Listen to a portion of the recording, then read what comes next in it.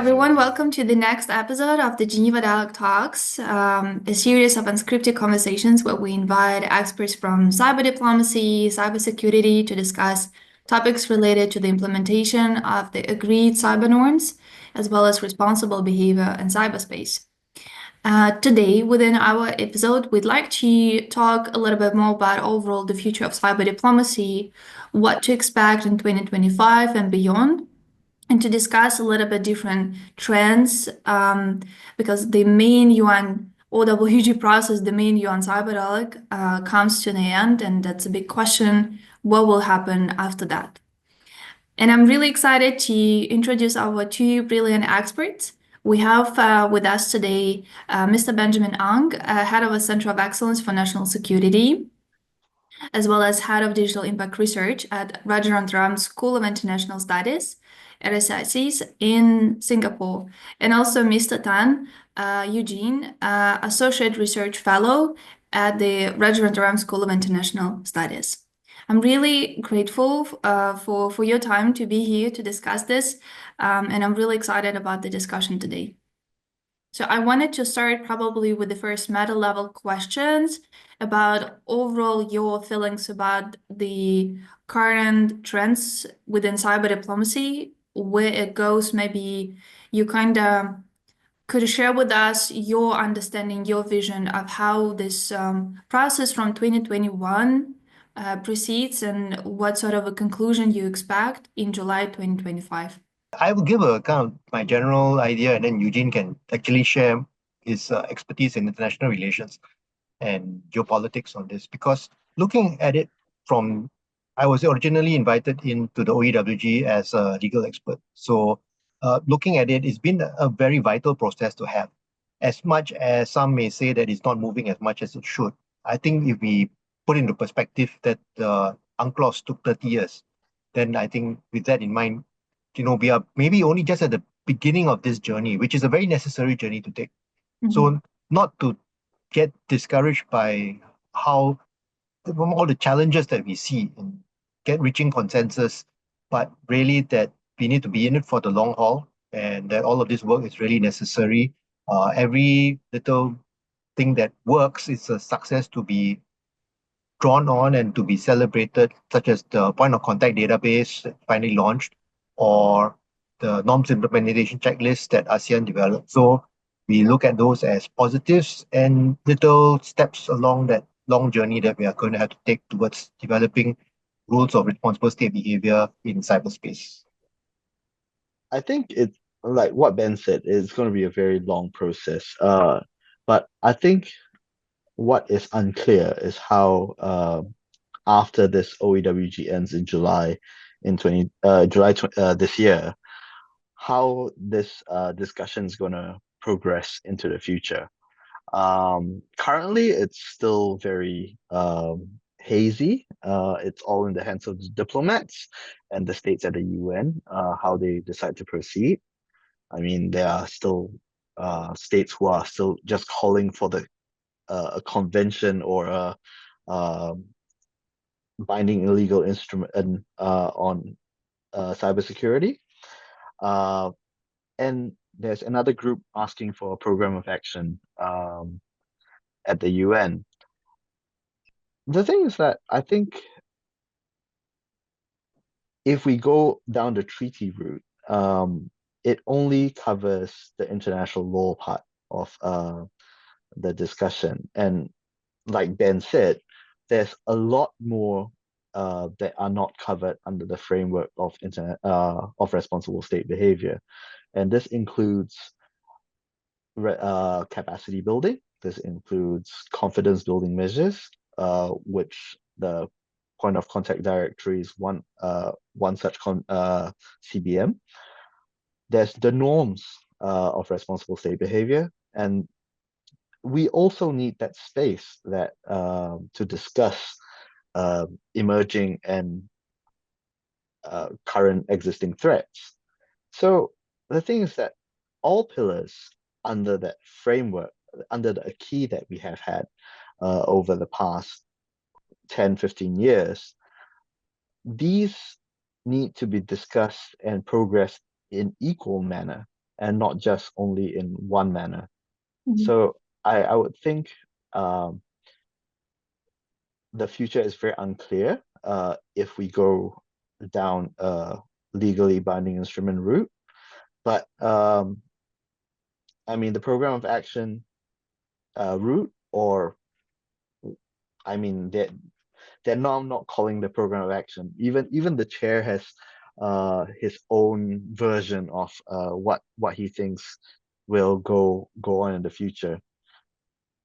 So how we structure our discussions, our debates, thematically or otherwise, I think that needs to be fleshed out in greater detail. Thank you so much for highlighting different points. And maybe the other question that I just immediately have for you, looking at this almost 5-year process within the UN OEWG, the current open-ended working group, what would you name as our obvious successful outcomes?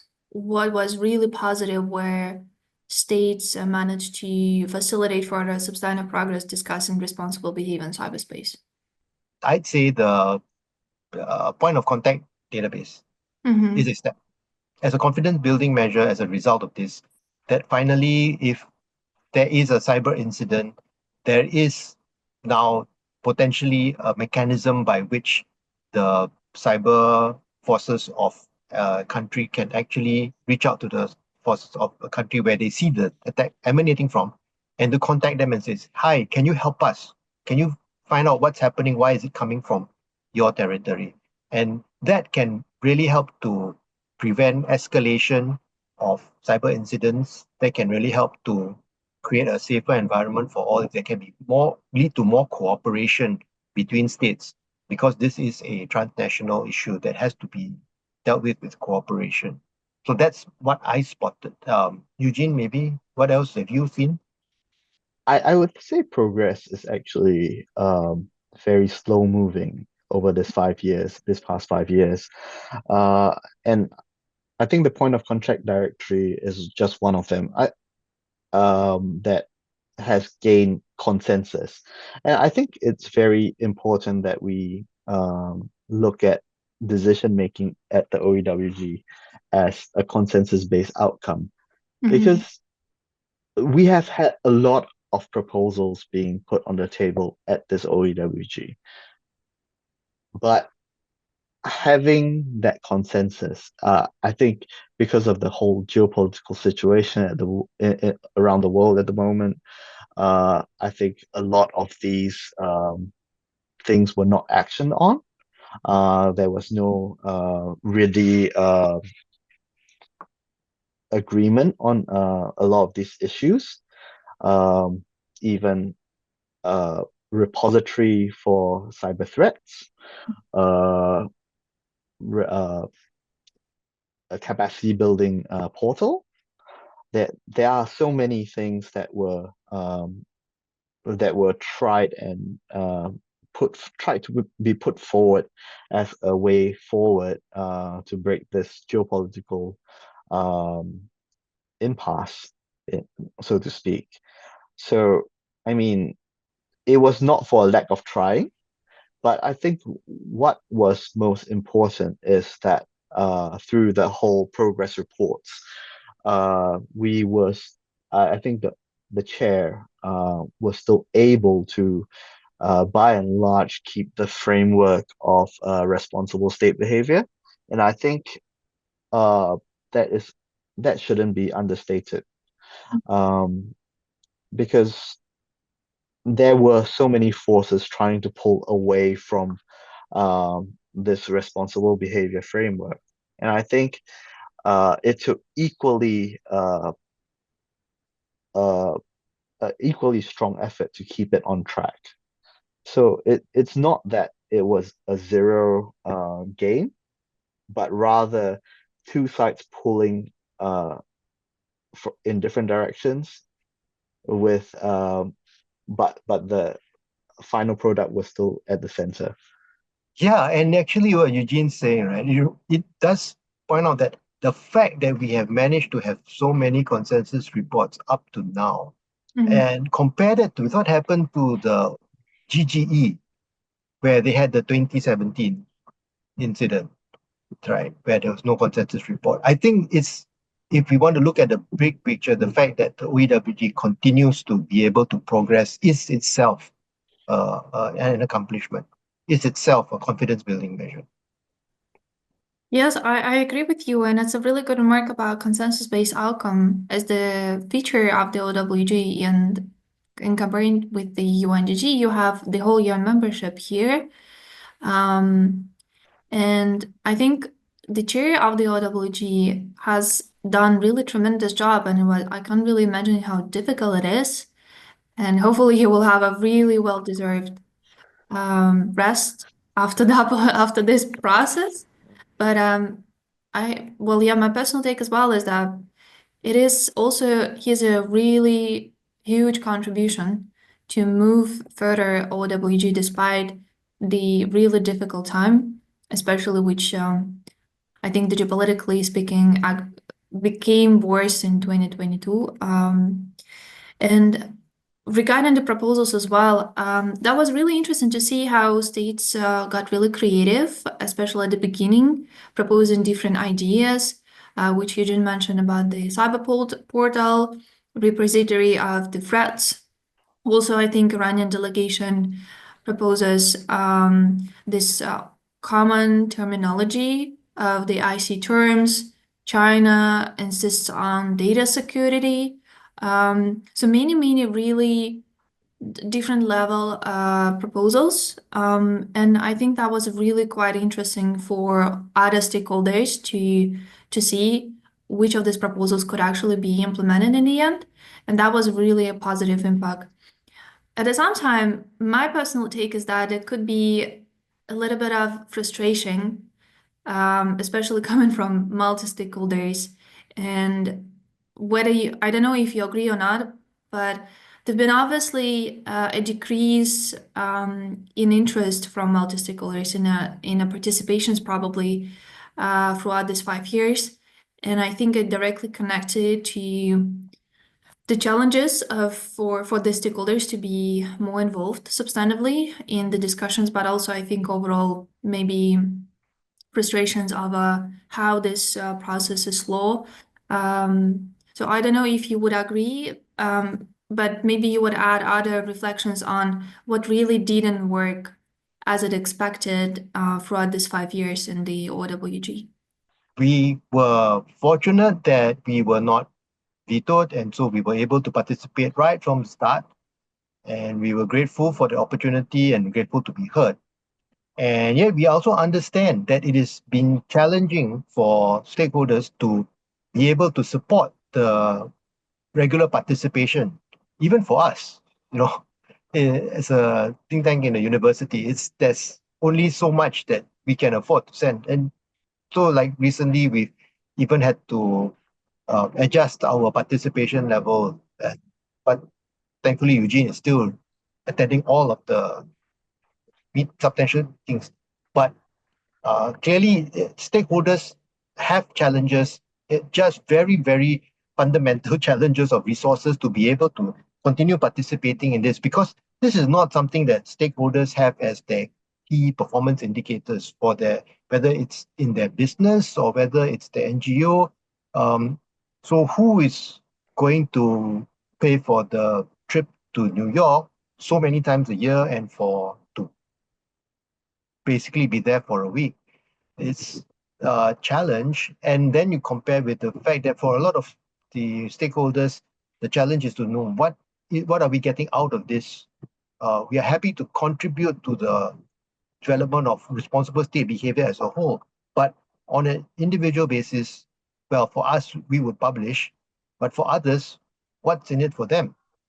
And to I part of it, as you have also mentioned, is the pace at which things happen. And maybe there's some orientation that is needed for stakeholders, maybe for the next cycle of regular institutional dialogue, that stakeholders have a better orientation, because we find that a lot of them are not used to the UN way of doing things. Mhm. And it's also would be useful to have additional levels of structure. I think we had pretty good structures right now. The chair has taken a lot of care to make sure the stakeholders were given specific questions to answer. But not all stakeholders knew how to take hold of this opportunity. So I think that more work needs to be done on all sides. Yeah, so I think the UN is also learning about stakeholder participation. I think before this process, I think stakeholder participation was very, very scant. And I think the previous OEWG, there was this informal intersessional 3-day meeting in New York in December 2019 on for stakeholders to contribute. And honestly, I think that model might actually work better for stakeholders rather than having substantive session where they always come in for a week to deliver a 3-minute statement, which sometimes can be like, do you come here just to deliver a 3-minute statement, or and you need to make it worthwhile for them as well, for stakeholders as well. I think states have tried to make this work by having a lot of side events. So there have been a lot of side events happening at lunches, at breakfast, at some even dinner time to showcase stakeholder involvement, to get um, states at the UN thinking about how they can use stakeholders or even engage with stakeholders. But this requires a lot of political will on the state on states who actually want stakeholder participation. So I think the UN has to learn, states have to learn, and like what Ben said, like everyone has to learn. And as a stakeholder, um, some I think all stakeholders have to learn that the UN is not exactly um, the place where decisions are made um, at the fingertips. We are, I think, very used to we provide input, this is the outcome. But I think we do need to start convincing some states to understand them, to understand where they're coming from, and maybe, like temper our own expectations as well as stakeholders. Uh, I mean, some stakeholders might have business interests, some stakeholders might have like rights, human rights um, concerns. But I mean, even human rights concerns, I think how people see human rights is entirely different. Uh, and we have to take that into consideration as well. Yeah. So, yeah. So I think uh, maybe the disappointment as well, how to manage disappointment for multi-stakeholder participation. Uh, that might be something that we could all learn Yeah. going forward. Yeah, and maybe the side events, if they can see, the thing is the side events have been nice, but we really then depend on the luck of who's organizing a side event and what the theme is, and whether there's something that's going to be of that the stakeholders can contribute to. I mean, I'm grateful for the last one that I think the last OEWG substantive meeting, Eugene, you spoke at 2, 3 side events. You were invited to be on Yeah. the panel for 3 events. So I really felt that we had something to contribute and that people would hear what, at least from our side, Eugene was able to share what our views are. But otherwise, if you're just any other stakeholder and you turn up at a side event and nobody knows who you are, you don't know who anybody is, what value are you getting out of it? What value can you give to the discussion? So this is more challenging, of course. Somebody needs to do it. And then we also need to make sure that it's inclusive and it's not just certain states that are like-minded. Also. So more challenges, but hey, we want to make it a really robust participation. That's what we need. I think the challenge now is now everyone's bought into the idea of side events. Now every substantive session has like 15 side events, and I think that is that's a Oh challenge yeah, for and you for need to buy everyone to locate. actually attend. Yeah, Yeah, you you need to have buy to locate. split your body. Your soul might be in one place, but your heart is in another. Uh, uh, Subject wise, not spiritually or anything like that. Yeah. You actually reminded me of this 3-minute intervention stress. Yeah. It was really, I remember at the first meetings, virtual meetings, that was really stressful, especially when you were interrupted and you didn't finish.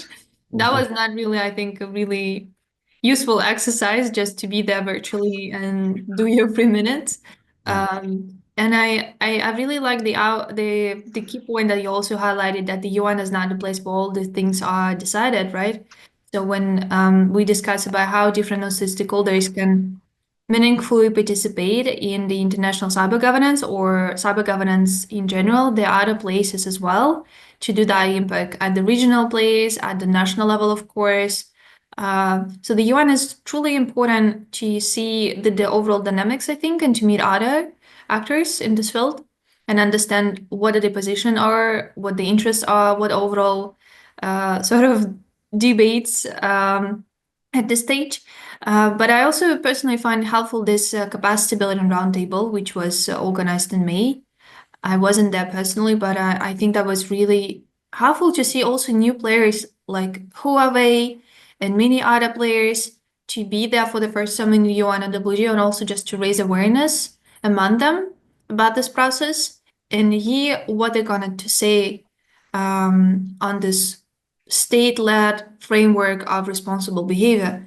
So hopefully, capacity building track may be still on the list for states to continue. I think that would be a really helpful exercise.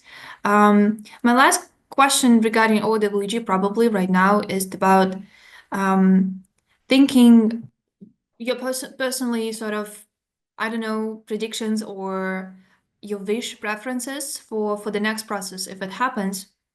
Do you think that the framework should be enlarged?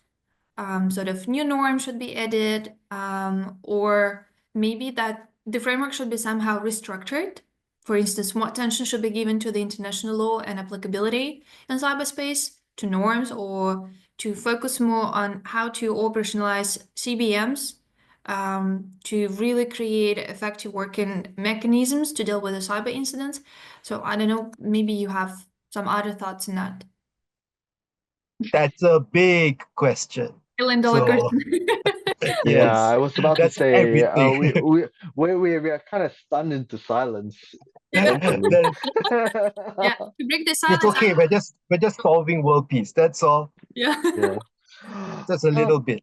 mm, But I, uh, if we could have more, I think on a meta level to develop structures for the stakeholders to participate, that having learned from this experience, as Eugene said, this stakeholder participation not is not that common. So actually it's worthwhile to spend some time on the meta planning or structuring how stakeholders can participate and whether it is so many things, right? Because if there's going to be thematic groups, then um, does the same stakeholder come to all thematic groups? Then how's the hybrid participation for those who don't lack the resources to travel? Who's going to be let in? I think all of these are really, really key questions.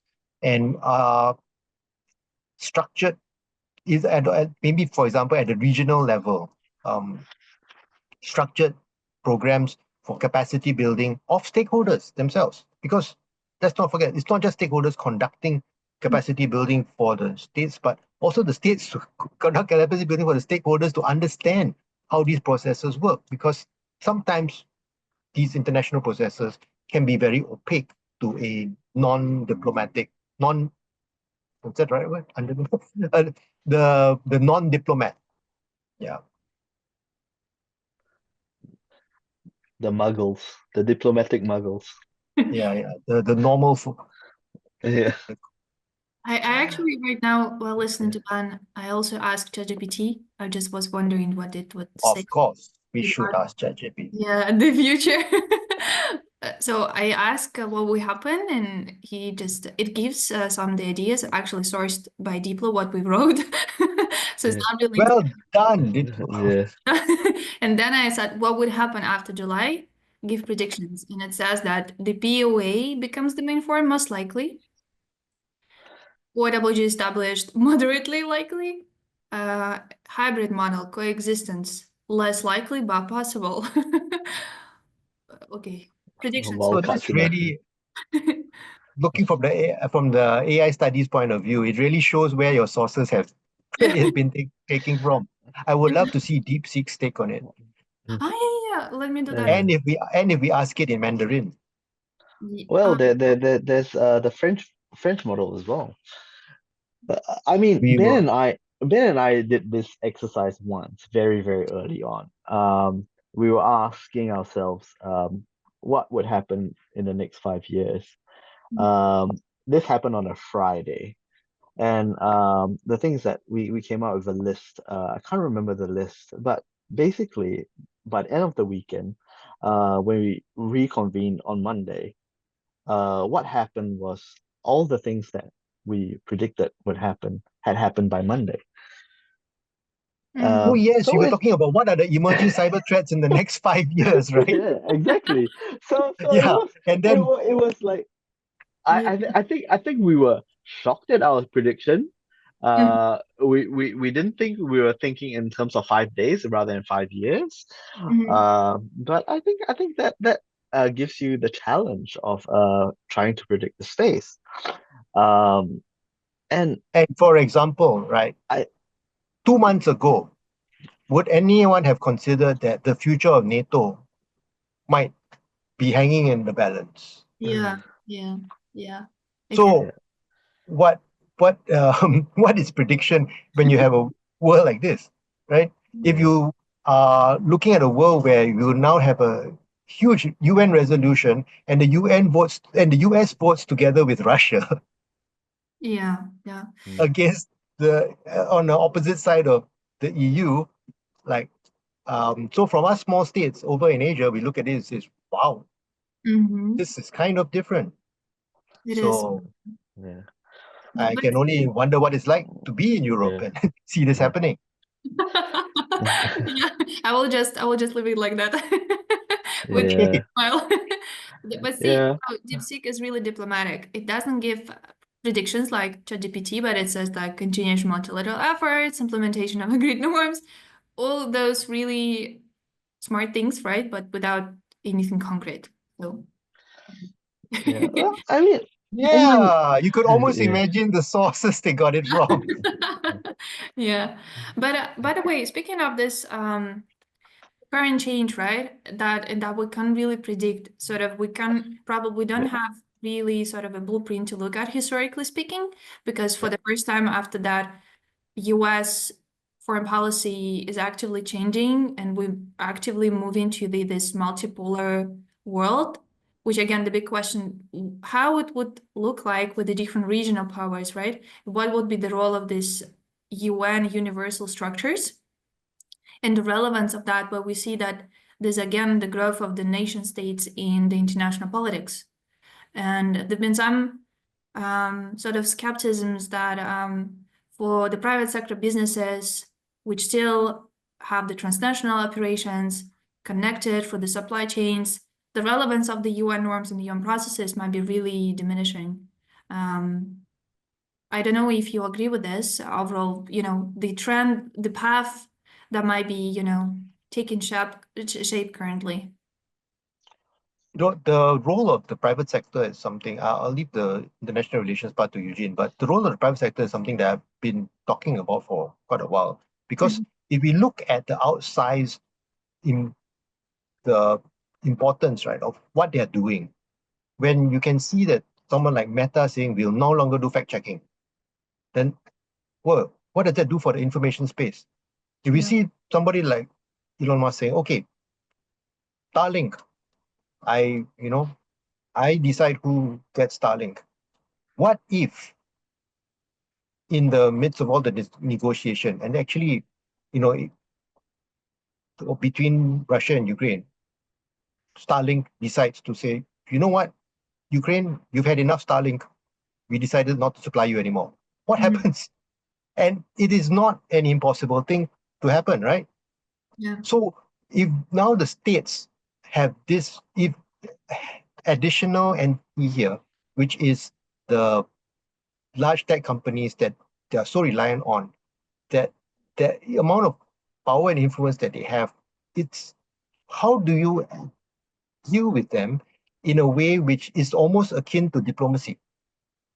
It's you can't deal with them just as a supplier because now your relationship with them is practically at a state to state level. You need to develop alliances with them, which may be even more important than your regular defense alliances because it takes a while for an aircraft carrier to come over to support you or troops to be flown in. But whether you have internet connectivity or cyber protection is something instantaneous that you need. So I think this is a question that states are going to have to really face up to. How are you going to deal with these hyperscalers at a diplomatic level? Mhm. Personally, I think there's no difference. I don't think the space is shrinking for non-state stakeholders. Um, but I think states also need to step up on how they implement the framework for responsible state behavior. A lot of it has got to do with confidence and investor confidence. Um, I think a lot of companies, how what they prioritize as well is stability. Um, I mean, putting Ukraine and Russia aside, I mean, if I were hypothetically a big multinational company based out of the US, or would I, at this current juncture, with all the reports of irresponsible behavior coming out of perceived or what is perceived as being states being less responsible, like having my government saying like, look, China's responsible for espionage in our infocom systems. They are responsible for pre-positioning. Uh, Iran is using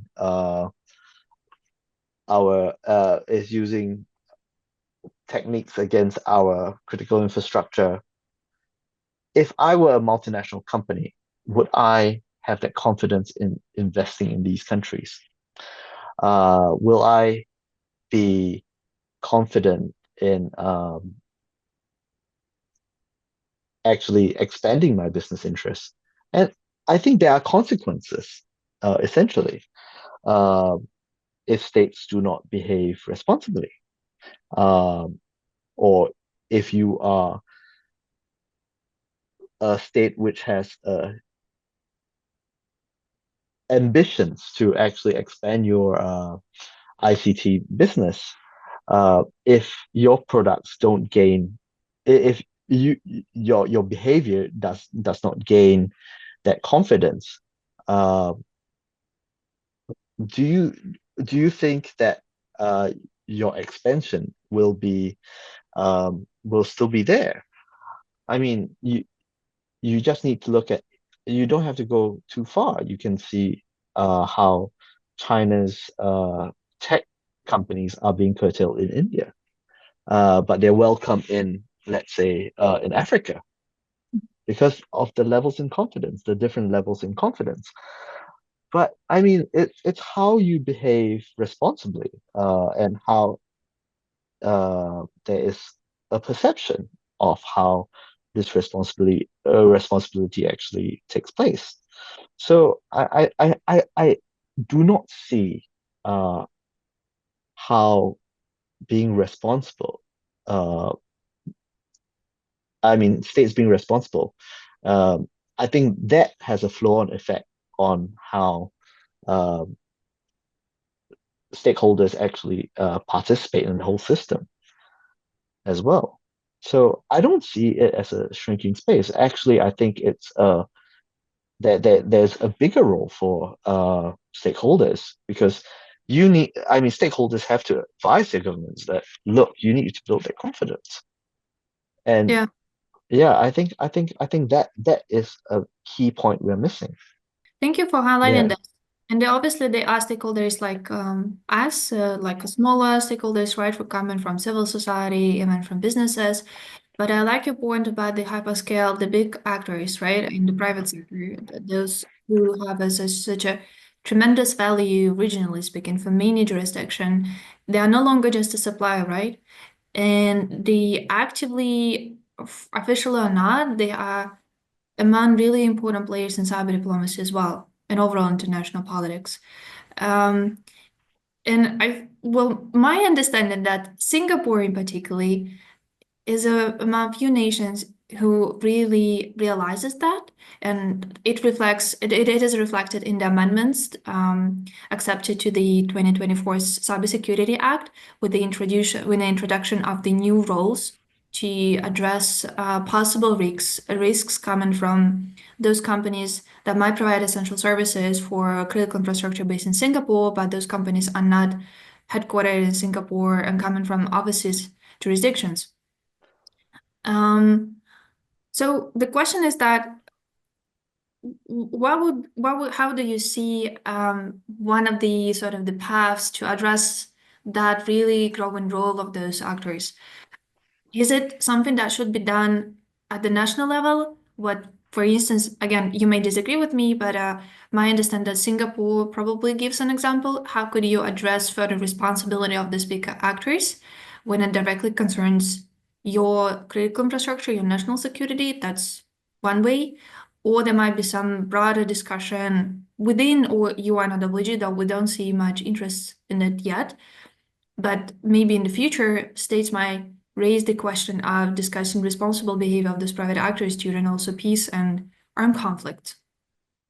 Well, that's a great question, and thank you for studying our Cybersecurity Act amendments so well. I did the comparative analysis for the Geneva Yes. second chapter.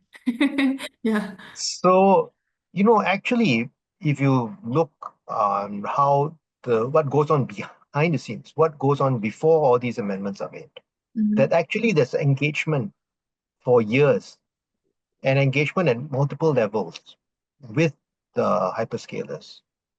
And it's not that the law suddenly appears and lands on the lap of the tech companies. It's actually something which has actually gone through so that these are things which are going to be recognized as beneficial to the tech companies. You will notice that in Singapore, you don't see the tech companies protesting that, oh no, this new legislation is not going to work, it's not fair and all. This doesn't happen because there's already been a process by which of discussion, consultation, negotiation. And my suggestion is that this works better than just implementing a law, just dumping it on the sector, which and who knows whether the law is going to be feasible or not to be implemented. And that kind of tactic doesn't work. We've seen it happen in some countries where the tech sector then says, you know what, if you don't want us to serve you, then we'll just pull our services. So that kind of thing doesn't work either. Mhm. And so that engagement, that like again, it's almost like diplomacy, is key. And it helps that Singapore houses the regional headquarters of many of the big tech companies. So in a way, Singapore has the ability to conduct this kind of diplomacy. Now, a smaller country in the region may have less leverage. But then, of course, the best thing would be to convene in Singapore and try to actually work together to get the result that you want. So same thing applying for other regions. Somewhere there is where the big tech companies are setting up their regional headquarters. And that's a good place to start that engagement of how this is going to be done. Because again, it's no longer the supplier-customer relationship where you can demand, or rather it's kind of like understanding what are mutually beneficial ways to get to the goal that you want to get to. I think Ben has covered most of the points. I don't want to go over them as well. Like I think consultation with stakeholders is really, really important. And I think very early on, from the 2018 cybersecurity bill, I think there was a lot of consultations with the stakeholders on how this bill is going to be worded. Do you have any criticisms? It was open for consultations. I think there were submissions, and everyone who worked on it with a very open mind. I think it also takes a level of humility for governments to say, look, we don't know everything. We we don't know what we don't know. So I think that is a very important point. And in securing our CI assets as well, I think there's a lot of partnership going on. How each sector, critical infrastructure sector, actually has some consultation process and engagement with the government and its own sector regulator on how is it best to actually secure the system, and how is it best to prevent any like any of the norms being violated, in a sense. Yeah, you just got a good point there, because it's not just an obligation, but also a cooperation so that everybody gets to the same goal. Yeah. I think many of those actors, not specifically the big tech companies, but cybersecurity companies, right, who provide really important threat intelligence, might not be aware at all about this, the norms, about the international law, some certain obligations that they might have or not have under the international law if they provide the services to one of the parties of the armed conflict. And overall, better understanding of the geopolitical situation. And my question would be, again, pretty provocative. Do you think that this company should be actually educated about this legal nuances, or sort of states should better should provide the means to provide this more clarity to them to make sure that these big companies at least know what sort of a person within the government they can reach out to for sort of a help.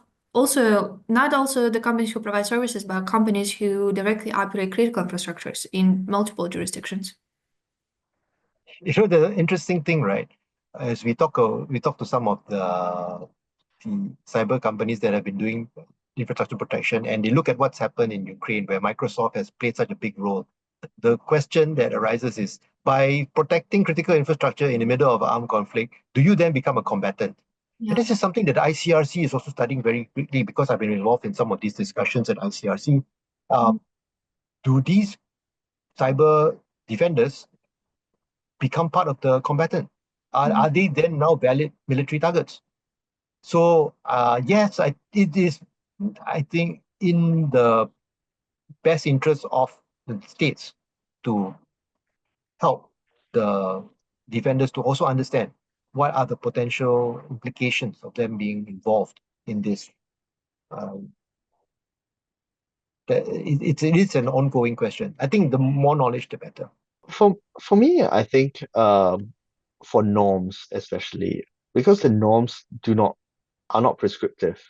They do not prescribe like a set of behaviors of what you need to do. And that's why I think ASEAN has tried to have a norms implementation checklist in how can states actually the steps that states can actually take to prevent themselves from falling into this such a situation that you have described.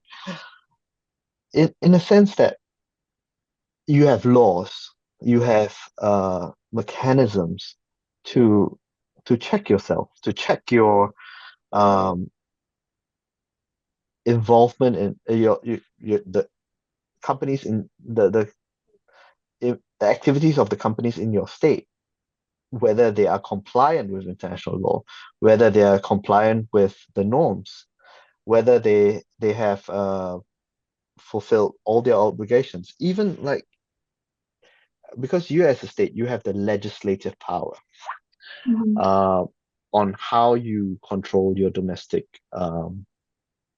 industry. So I think states need to think about how their domestic legislation actually enables uh, adherence to the norm Mhm. rather than saying like, oh, as in rather than an education role on, look, this is the norm, and you should keep to these norms. But I think it also needs to translate a bit in legislation, in maybe on legislation on a global scale, how um, within a region there are some commonalities on some common rules, let's say on data transfer, on data sharing, um, or even like how the level that critical infrastructure is being protected through information sharing. So some things are legislated, some things are maybe, you know, mechanisms can be set up to enable protection, better protection. So I don't think your question is controversial at all, but I think it points to a need for a lot closer cooperation and better policy making by states. I kind of felt that when the war in Ukraine just started, right, and we saw how really big role of the different private actors I think I felt that personally that there's not much really willingness to start talking about this directly and publicly, and we don't see that this still happening in the OEWG. It is very much about the state interactions in cyberspace. Um, and we just organized this masterclass a couple of weeks ago within Geneva Dialect when we, I think for the first time, even put the formulations, responsible behavior of private sector actors during armed conflicts. I think that was already a really positive change to see that we open up this challenging area to start discussing, and I'm hopeful that this will be more and more discussed at the different regional forums, such as the OIC in Europe and elsewhere. I wanted to also say a big thank you for highlighting that the role of states themselves to translate the norms.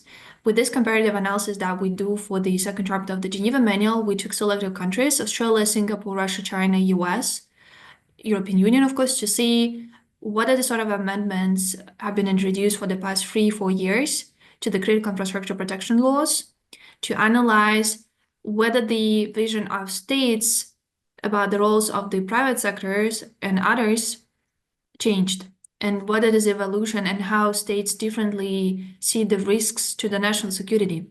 Singapore was brilliant example to start with because it provided so much actually already information to look at.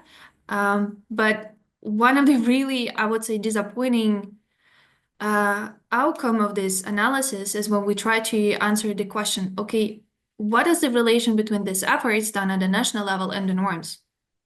And it's really difficult to draw any meaningful conclusions because the states themselves do not actively cite the norms in the national efforts, legislative efforts.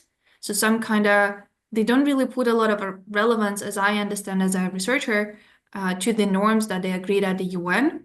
Again, few exceptions, maybe Singapore, ASEAN countries who are really active in advancing norms implementation checklist would be, but overall, for other countries, it's a really big challenge.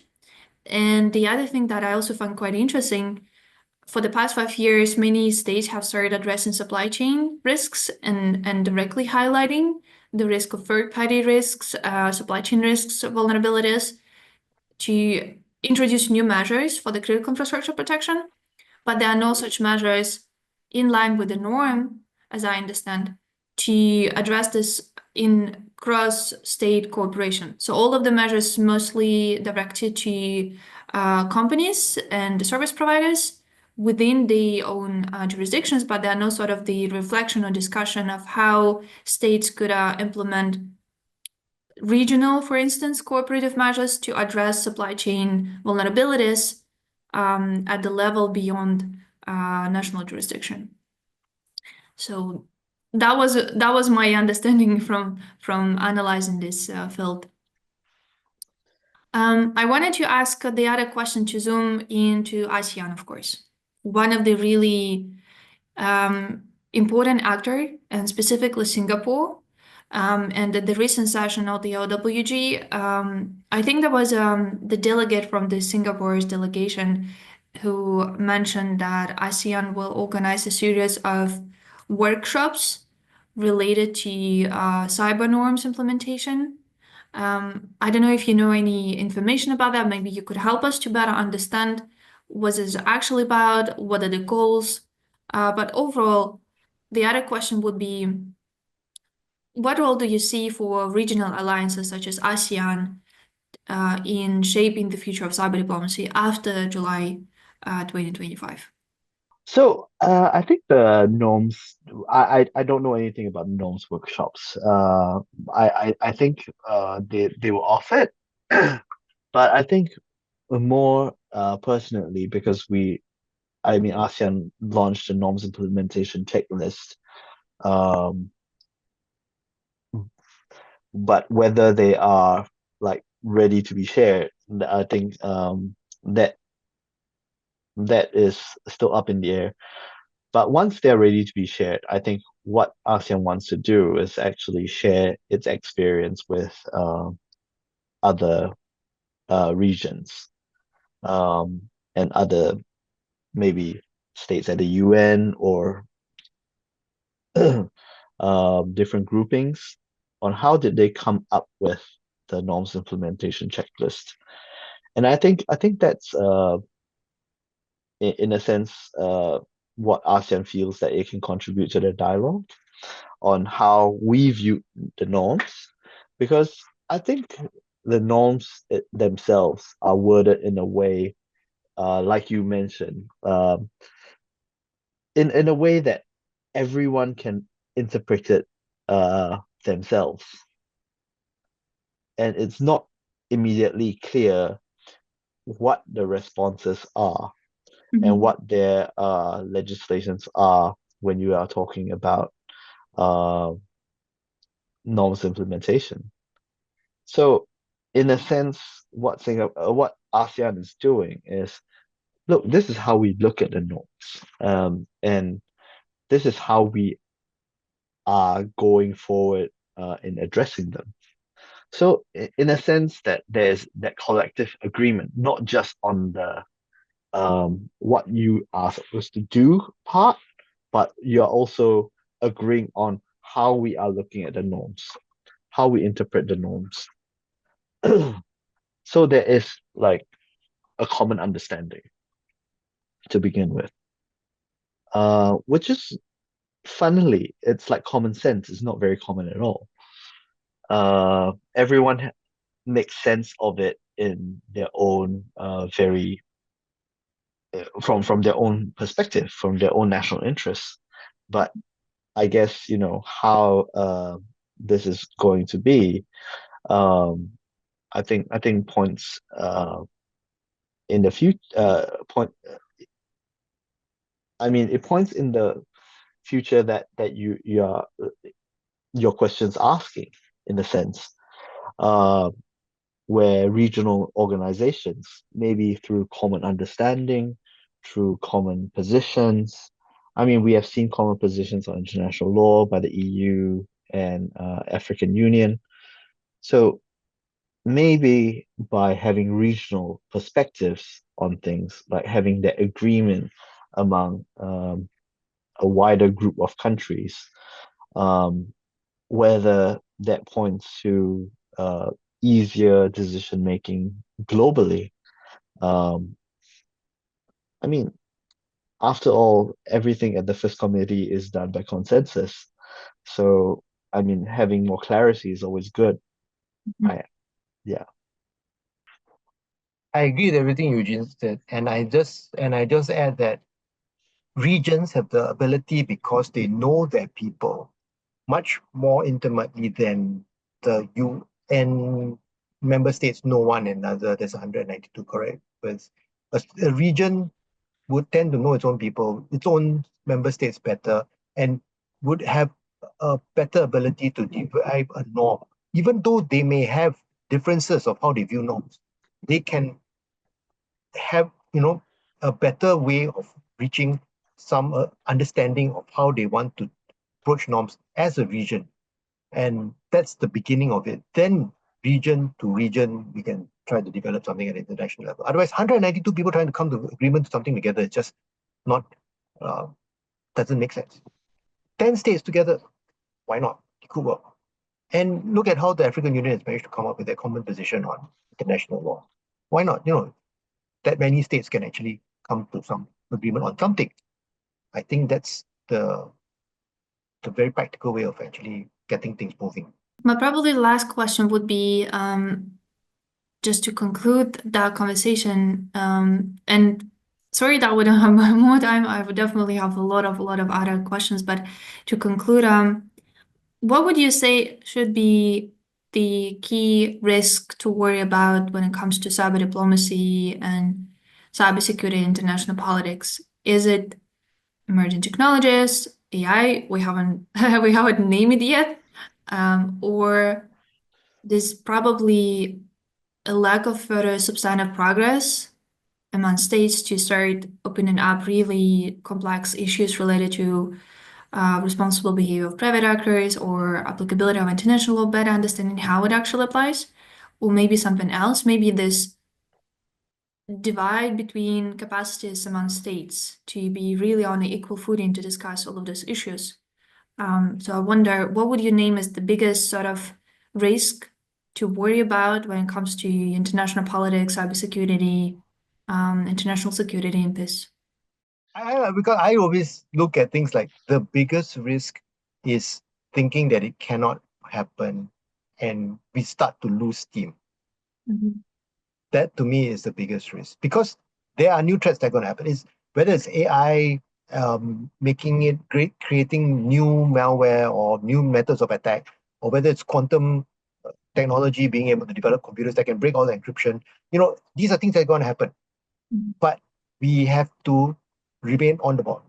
And looking at the whole process and how geopolitics has actually affected the ability to come to agreement, we also cannot drop the ball. People say, okay, we carry on, we work on this. Again, UNCLOS, 30 years, right? Let's keep that and just we must keep the ball rolling and continue to work towards the end goal. Personally, my biggest uh, fear is states not being able to work together, not being able to see the common goal. Um, because I think even through the 5 year process, the whole section on emerging, current and emerging threats, existing and emerging and potential threats, that section has been always the most debated on, the Mhm. most as the section which has expanded the most. But I don't think we are closer to having any agreement on what the common threats are going to be. But I think what is a bigger problem is like the principles behind responsible state behavior. How do these principles actually apply to these threats? And how would states actually co collectively actually deal with these threats? I think that is a bigger problem, and that constitutes the biggest risk, essentially, because if states don't work together, I think, or even like cooperate with each other, then you're opening yourselves up to a whole gamut of risk. Uh, no one country, no one organization is equipped with enough capacity to deal with the cyber risk. And I think that is the danger, when you're talking about going alone, when you don't cooperate and there's no cooperation mechanism or even like ability to come to a common consensus on things. And I think I see that as if consensus breaks down and we are unable to work with one another, then you know it's very easy to break up everything. So I think that's the biggest risk. Yeah, I would share this with you, not only in cyber diplomacy field, but overall, a lack of understanding our common threats are actually common. Yeah, that is extremely disappointing Yeah, thing that we see in overall international politics. But yeah, it's interesting times anyway, right? To see how where it actually will lead to. Yeah, think interesting times is one way to put it. interesting times. Yeah, yeah, yeah, yeah. Though really stressful. Um, on the bright side, there's lots of things to write about and publish. That's definitely the current times gives so much food for analysis of the trends, and when we speak about international politics, of how different actors are rising and what are the dynamics is unfolding in different regions, how it impacts the overall security system. It's really interesting time to look at this also through this traditional lens of international relations theories. Um, and yeah, I think one thing is really worrying is that someone says that he or she knows what will happen in the future, while in practice, I think we definitely don't have any sort of blueprint historically. Um, and nobody probably really knows what actually is going on. There are a lot of different processes taking place, relationships taking place, interests from both state and non-state actor side. And there's a certain structure that exists, though it's really difficult to call it like that. It looks like sometimes a really chaos of different actors um, interacting with each other or not. But I think if we don't see those relationships, it doesn't mean that they don't exist. And the problem is that really better understand what's going on between different actors. Thank you so much. I'm really, really grateful. Thank you also for making my brain work because I listened to you and I made a lot of notes. And that was an extremely helpful conversation also to fit into the second chapter of the Geneva Manual, which we hope to announce really, really soon in upcoming weeks. And yeah, thanks again. And I really wish you the good rest of the day in Singapore. Thanks for having us. Thanks, Anastasia. Thank you.